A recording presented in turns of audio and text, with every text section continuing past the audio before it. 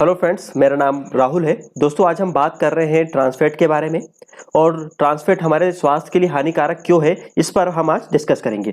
तो सबसे पहले हमें ये समझना पड़ेगा कि ट्रांस फैट है क्या। तो जो डालडा जो है वो एक ट्रांस फैट है। जी हाँ, डालडा जो हम हमारे डे टू डे लाइफ में यूज करते हैं वो एक ट्रांस फैट का एग्जाम्पल है और हमारे स्वास्थ्य के लिए ये बहुत ही हानिकारक है। तो पहली बात आती है कि डालडा बनाया कैसे जाता है या ट्रांस फैट कैसे बनाए जाते हैं। तो ये बनाए जाते हैं वेजिटेबल ऑयल से, यानी कि जो हमारा खाने का जो तेल होता है उसमें हाइड्रोजन को ऐड करके इन्हें ट्रांस फैट में बदला जाता है। देखो, दो चीज होती है, एक होता है अनसैचुरेटेड फैट और एक होता है सैचुरेटेड फैट। तो जो अनसैचुरेटेड फैट होता है, डेफिनेशन के हिसाब से कोई भी फैट जो कि 20 डिग्री सेल्सियस पर लिक्विड अवस्था में होगा उसे अनसैचुरेटेड फैट कहते हैं। और अगर वो चीज 20 डिग्री सेल्सियस पे ठोस अवस्था पे होगी तो उसे सैचुरेटेड फैट कहते हैं। अब होता यह है, जो ऑयल होता है वो अनसैचुरेटेड फैट है। इसकी वजह से इसकी सेल्फ लाइफ क्या होती है, कम होती है। और इस सेल्फ लाइफ को बढ़ाने के लिए कंपनी वाले क्या करते हैं, इसमें हाइड्रोजन ऐड कर देते हैं। इस प्रक्रिया को हाइड्रोजनीकरण कहते हैं। लेकिन ये जो हाइड्रोजनीकरण की जो प्रक्रिया होती है वो आंशिक रूप से होती है, यानी कि इस अनसैचुरेटेड फैट को पूरी तरीके से सैचुरेटेड फैट में नहीं बदला जाता। तो इस फैट को कहते हैं ट्रांस फैट। तो अब होता क्या है कि ये हमारे शरीर के लिए सैचुरेटेड फैट से भी ज्यादा हानिकारक हो जाता है।